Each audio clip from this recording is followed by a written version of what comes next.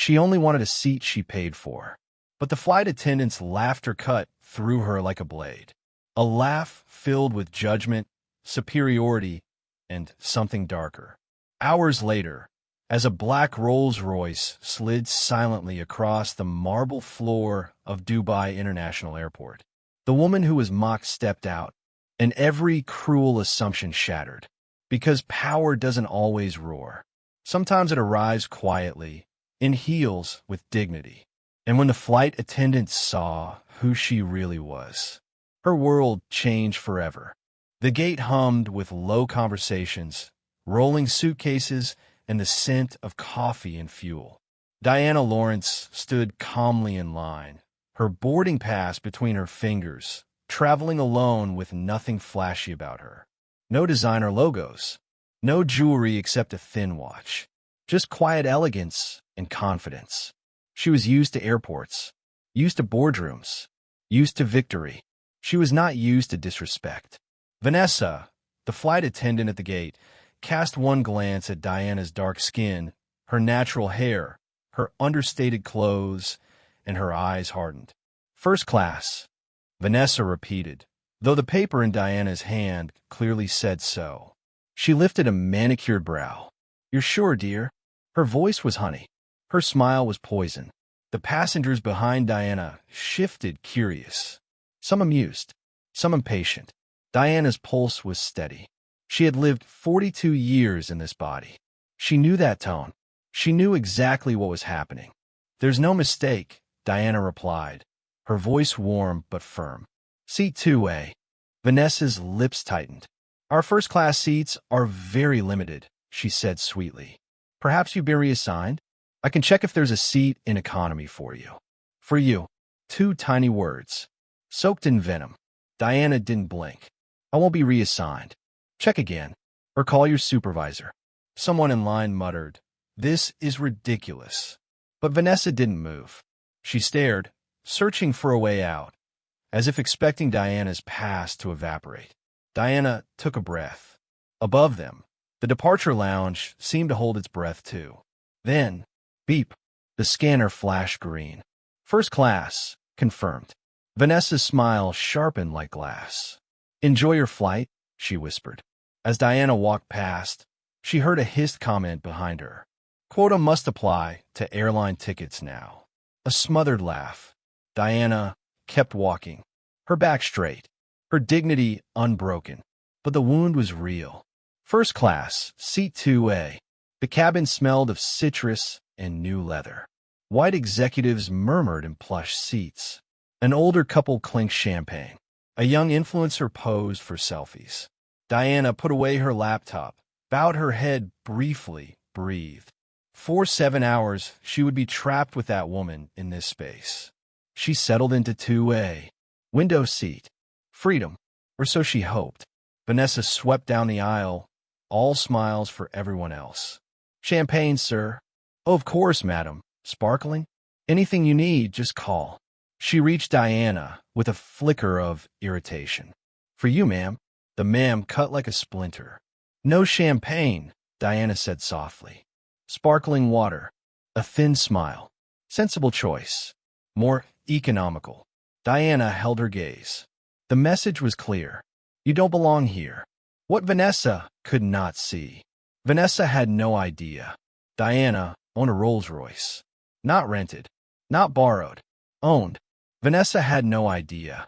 Diana was the CEO of one of Europe's most powerful sustainable technology firms, closing a $2.7 billion deal with the Dubai government. But Diana's wealth didn't matter. What mattered was dignity. What mattered was the insult. And what mattered was the lesson that was coming. Not revenge. Not rage. A lesson. The flight. Hours passed. Clouds brushed the windows. Champagne sparkled. Engines whispered. Vanessa floated between seats, polite as silk to everyone else. With Diana, she was curt, cold, dismissive. A businessman beside Diana finally whispered, That woman has a problem. Diana nodded. I've met that problem before. She spent most of the flight working. Emails from partners. Contracts for tomorrow. A message from her assistant. Driver confirmed. Jonathan will wait with the Rolls Royce Phantom. Hotel prepared. Meeting with Sheikh Al Maktoum at 10 a.m. The Sheikh, Crown Prince. The kind of man whose handshake could change continents. Diana smiled at the irony. A woman who thought Diana didn't belong in first class would soon watch her step into a world she couldn't even imagine. Landing in Dubai, the plane taxied to a stop. Vanessa stood at the door, warmth radiating to every departing passenger, until Diana reached her. "I hope your flight was pleasant," Vanessa recited. Diana smiled. "Very enlightening." Vanessa blinked. The words unsettled her. Diana walked on. She had no intention of shouting, complaining, or proving anything. Life would do the proving. The airport. The Dubai airport was a cathedral of glass. As Diana walked through immigration, someone called her name. "Diana." She turned. Standing there was Amara Okafor, Director of Human Resources for the airline. Old college friend. They embraced. "Are you here for business?" Amara asked. "Meeting with investors," Diana replied. "And you?" "Aviation conference. Looking at HR tragedies. You would not believe some of the cases." Diana smiled. "Oh, I might." Vanessa passed by, laughing with the crew, oblivious. Then she saw Diana and Amara talking, hugging, smiling. Confusion rippled across her face. Diana leaned in. "I had an interesting experience on your flight." As she described it, Amara's expression hardened. "This is not acceptable," she said. "You can identify the employee?" Diana glanced over. Vanessa, blue uniform, talking to the pilot. Amara nodded slowly. "We've had complaints before, but no witness. Until now." Diana simply shrugged. "Perhaps now you have one."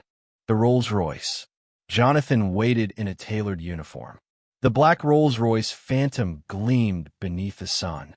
Two hotel assistants stood beside it for luggage. Passengers nearby stared. Diana approached with effortless grace. No arrogance, no swagger, just presence. As the door opened, the world seemed to hold still. Vanessa and the crew emerged from the VIP exit. Laughter, casual chatter, then silence. The Rolls-Royce engine purred. Vanessa froze. Her face drained. That was the woman she had mocked. The one she assumed didn't belong. The one she tried to push to economy. Diana stepped into the car. Someone whispered, "She must be important." Another replied, "She's meeting the Sheikh tomorrow." Vanessa's breath stuttered. "The Sheikh?" "The lesson begins." Amara approached Vanessa. "Vanessa, I'd like a word." The flight crew drifted away. Vanessa was alone. Her heart hammered. "You treated a first-class passenger with repeated disrespect," Amara said calmly. "That passenger is Diana Lawrence, CEO, Forbes' top 50 most powerful women." Each word struck like a blow. "But she doesn't wish to file a complaint. She suggests training instead." Vanessa blinked. "She could have destroyed me. She chose not to, but she expects change. Will you attend the program tomorrow at 9 a.m.? Vanessa whispered, "Yes." That night, Dubai glittered outside the hotel window. Vanessa sat on the edge of her bed, ashamed, embarrassed. She saw Diana's face every time she closed her eyes. The quiet dignity, the patience, the power. Vanessa had looked at her and seen only race, only her own prejudice. Dinner with the Sheikh. Across the city, Diana dined with the Sheikh and his advisors. The room glowed gold. Conversation flowed like water. "How was your journey?" the Sheikh asked. Diana smiled. Revealing, she said simply, "Every journey teaches us something about the world and about ourselves." Glasses lifted, a toast to transformation. The training. Next morning, Vanessa arrived early. Nervous. The conference room was small. For attendees. At the front of the room, beside Amara, stood Diana Lawrence. Vanessa's breath caught. "Good morning," Diana said. "Please join us." The presentation began. Invisible prejudice. What we think we see versus who is really there. Photos appeared. One slide showed Diana on the plane, asking for water. Vanessa's face in the background, annoyance, disdain. This was yesterday, Diana said. This expression was given to me, and to a passenger with asthma, because we did not look like first class. Silence filled the room. I'm not here to humiliate anyone, Diana continued. I'm here because I believe in second moments. The moment we choose to see differently. 2 hours passed. Stories. Confessions. Truths. When it ended, Vanessa stayed seated. Diana sat beside her. I could have ended your career, Diana said quietly. That would have been easy. Why didn't you? Vanessa whispered. Because firing you changes nothing. But teaching you? That could change everything. Vanessa lowered her head. I'm sorry. Diana nodded. Be better. And help others be better. 6 months later, Dubai International Airport buzzed with excitement. A new global program was launching, created by DL Global Ventures, plus International Aviation Department. The initiative leader walked on stage. Her name, Vanessa Carter. She spoke to a room of executives.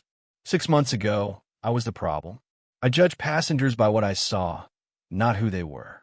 Today, I stand before you to say, we can learn. We can change. We can choose second moments. Applause thundered. Diana watched from the front row, proud, not of her power, but of transformation. Afterward, they met in the lobby. Who knew a glass of water would bring us here? Diana said. Vanessa laughed softly, still humbled. You could have ruined me. And what would that solve? Diana smiled. There is enough power in the world to destroy. I prefer to use mine to build. Another flight. That evening, Diana boarded another plane. Another first-class seat. The flight attendant, checking her pass, smiled warmly. Welcome aboard, Ms. Lawrence. It's an honor. Diana smiled back. The honor is mine. She settled into her seat. Outside the window, city lights glittered. Beside her, the world turned. She whispered her grandmother's words.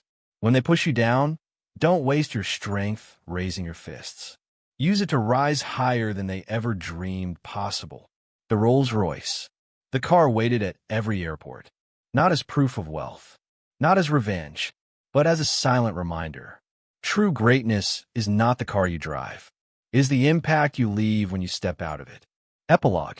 The Second Moments program spread to 40 airlines. Then 60. 10,000 employees trained. Stories of transformation poured in. One moment, one choice, one shift in perspective can change a life. Sometimes justice is quiet. Sometimes revenge is unnecessary. Dignity, respect, compassion. Those are the most powerful victories.